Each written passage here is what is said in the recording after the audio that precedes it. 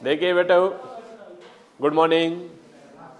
अब हम आपको लेसन नंबर 9 का टॉपिक प्रकाश का अपवर्तन समझा रहे हैं। जिन्होंने भी हमारे इस चैनल को सब्सक्राइब नहीं किया है वो सब्सक्राइब एवं लाइक कर दें, ठीक है ना, और बेल आइकन को दबाएं। देखिए प्रकाश का अपवर्तन क्या है इसके बारे में। ये मान लीजिए एक फर्स्ट मीडियम है और ये दूसरा मीडियम है सेकंड मीडियम।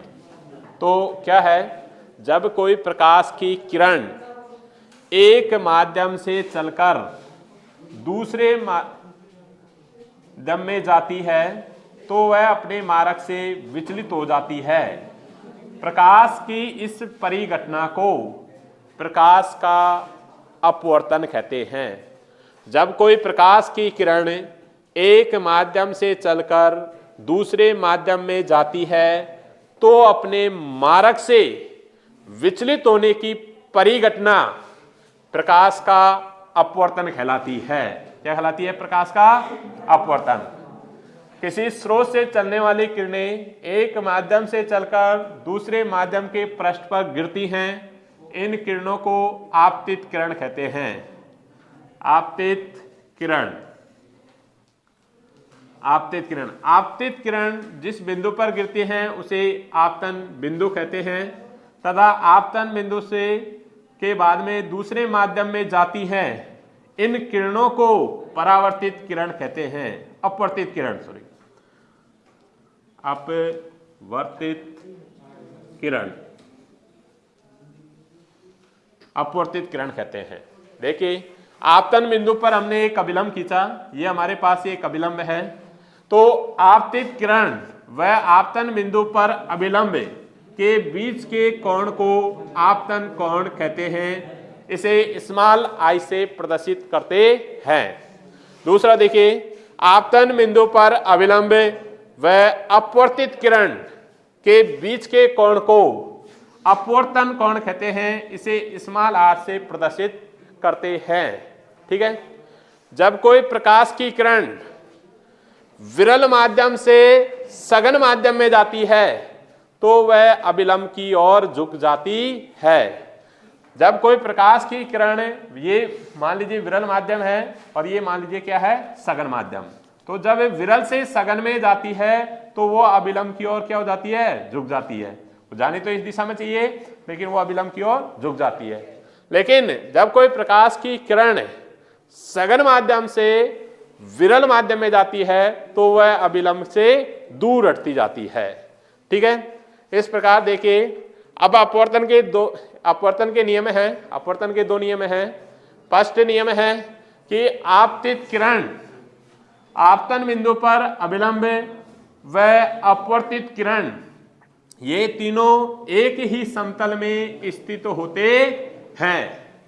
सेकेंड नियम है आपतन कोण की ज्या व अपवर्तन कोण की ज्या का अनुपात, आपतन कोण की ज्या का मतलब है साइन थीटा, व अपवर्तन कोण की ज्या का अनुपात एक नियतांक होता है जिसे म्यू से प्रदर्शित करते हैं। ठीक है। ये एक नियतांक होता है जिसका मान फर्स्ट माध्यम के सापेक्ष दूसरे माध्यम का अपवर्तनांक कहलाता है। फर्स्ट के सापेक्ष दूसरे का अपवर्तनांक कहलाता है। इसे स्नेल का नियम भी कहते हैं। इसे क्या कहते हैं? स्नेल का नियम भी कहते हैं। इसे म्यू से भी प्रदर्शित करते हैं। अब बॉसों ने इसको एन से भी प्रदर्शित कर रखा है। एन 2 1 से प्रदर्शित कर सकते हैं। इसका मतलब है फर्स्ट माध्यम के सापेक्ष दूसरे माध्यम का अपवर्तनांक है। ठीक है। इसमें आगे देखिए, यदि फर्स्ट माध्यम में वायु लेते हैं तो वायु के सापेक्ष दूसरे माध्यम का अपवर्तनांक, तो n 1 को हमें μ2 अपॉन म्यू से लिखते हैं, तो μ2 अपॉन μ1 से भी प्रदर्शित कर सकते हैं। इसमें फर्स्ट माध्यम का प्रकाश में वेग और सेकंड माध्यम में वेग के अनुपात में भी इसको हमें प्रदर्शित करते हैं।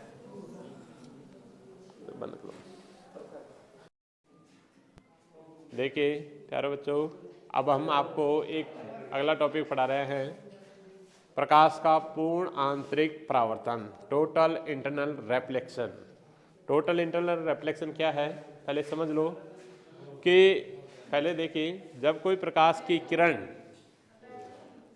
विरल माध्यम से सघन माध्यम में जाती है तो वह अभिलंब की ओर झुकती है, और जब कोई प्रकाश की किरण सघन माध्यम से, ये जैसे मान लीजिए ये विरल माध्यम है वायु और ये किसी मीडियम है, कोई सी भी माध्यम है, जब कोई प्रकाश की किरण सघन माध्यम से विरल माध्यम में जाती है, सघन है उससे खा जा रही है विरल में, तो वो अभिलंब से दूर हटती है, अभिलंब से कहा जा रही है दूर हट रही है।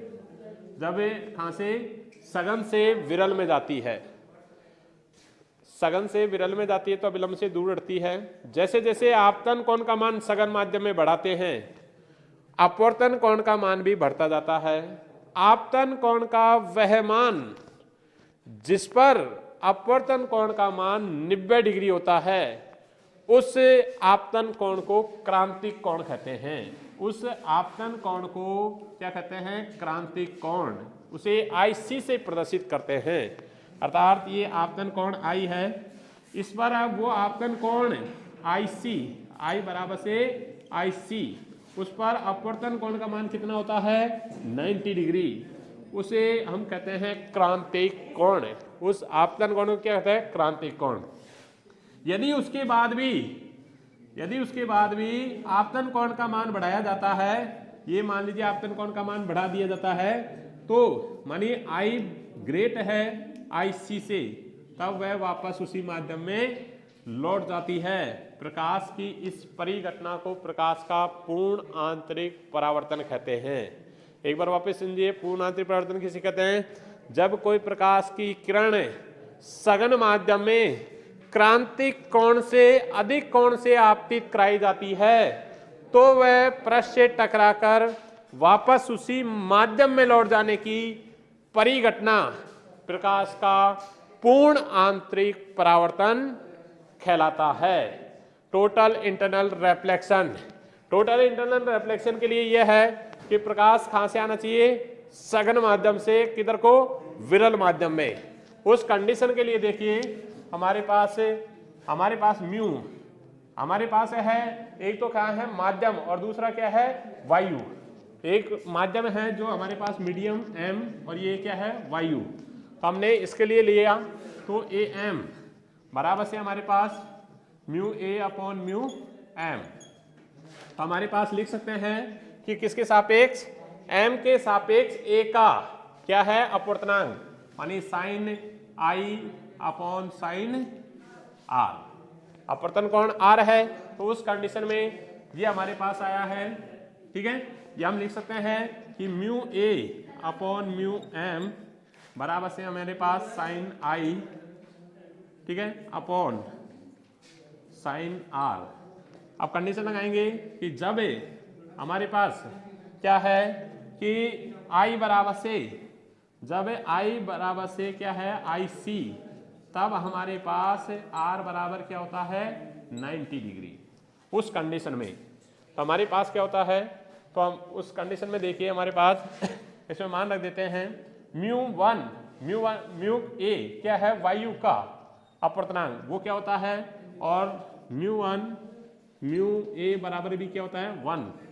तो हमारे पास 1/μm बराबर से हमारे पास साइन IC, तो हमारे पास साइन 90 डिग्री, ठीक है। उस कंडीशन के लिए है ये हम इसको लिख सकते हैं। तो उस साइन 90 का मान कितना होता है? 1। तो हमारे पास रहा है, क्या बचा है? 1/μm बराबर से हमारे पास बचा है, वो देखिए क्या बचा है? हमारे पास बचा है साइन IC अपॉन 1। ये हम लिख सकते हैं इसको μm बराबर से 1/sin IC। ये संबंध व्यक्त करता है क्रांतिक कोण के लिए। जब I का मान क्या है? मानी आपतन कोण क्रांतिक कोण है, तो उस कंडीशन में μm बराबर से 1/sin IC से व्यक्त करते हैं, ठीक है। धन्यवाद।